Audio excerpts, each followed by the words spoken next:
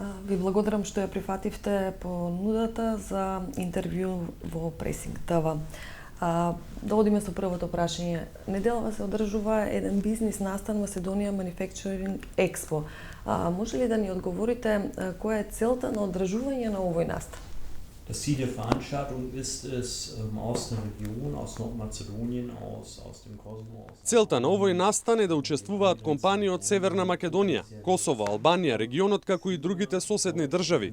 Едноставно, да се сретнат со компании од Германија и другите европски земји и компаниите од Северна Македонија и регионот да станат во блиска иднина, нивни добавувачи, да ги следат трендовите кои се бараат во светската економија и да успеат да ги реализираат своите шанси. Целта на настанот е да ги поврзаме локалните компании со европските компании и да помогнеме да се етаблираат на интернационалните пазари. Како во моментов ја оценувате соработката помеѓу македонските компании и странските компании или кои што се присутни во земјава или странските компании кои што се надвор од земја? Како може да ни кажете во однос на минатите години каква била соработката и колку е зголемена сега? Ich habe es ja in der vorhergehenden Frage eigentlich schon beantwortet. Автомобилската индустрија е еден затворен круг и не е воопшто лесно да се најде нивен добавувач, односно за македонските компании не е лесно да станат добавувачи на компаниите што се во автомобилската индустрија и произведуваат во Македонија. Причината за тоа е дека тие имаат долгорочно национални партнери. Она што треба да е јасно за македонските компании е дека тие треба да најдат нови интернационални компании за кои што може да станат добавувачи. Неколку години поред организираме со Германското Министерство за економија и енергетика и неколку германски стопански комори во регионот. Настан, иницијатива за пронаоѓање на добавувачи од Западен Балкан. Ова е шанса локалните компании да се сретнат со нови германски компании кои што не се присутни во земјата и со нив да воспостават соработка. Трета година поред го организираме овој настан и можам да кажам дека бројот на германски компании од година во година се зголемува, што значи дека тие имаат се поголем интерес за фирмите од Западен Балкан. Исто така и бројот на локални компании кои ги исполнуваат критериумите за учество на овој настан се зголемува.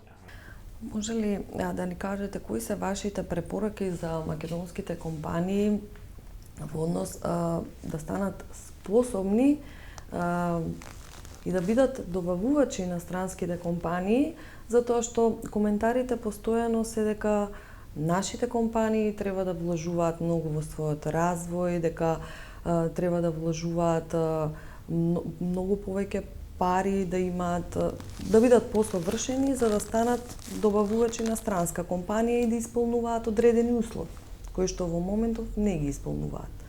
Also das, was Sie gesagt haben, kann ich bestätigen.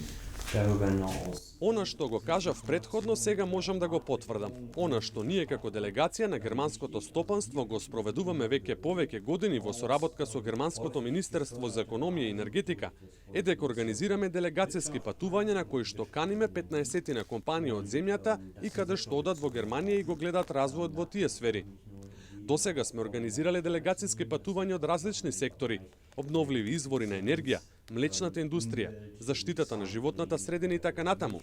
Втора препорака, особено важно е учеството на саемите во странство. Тука поддржуваме повеќе саеми. Саемот за индустријата на преработувачката за мебел, саемите од IT индустријата, саеми посветени на прехранбената индустрија.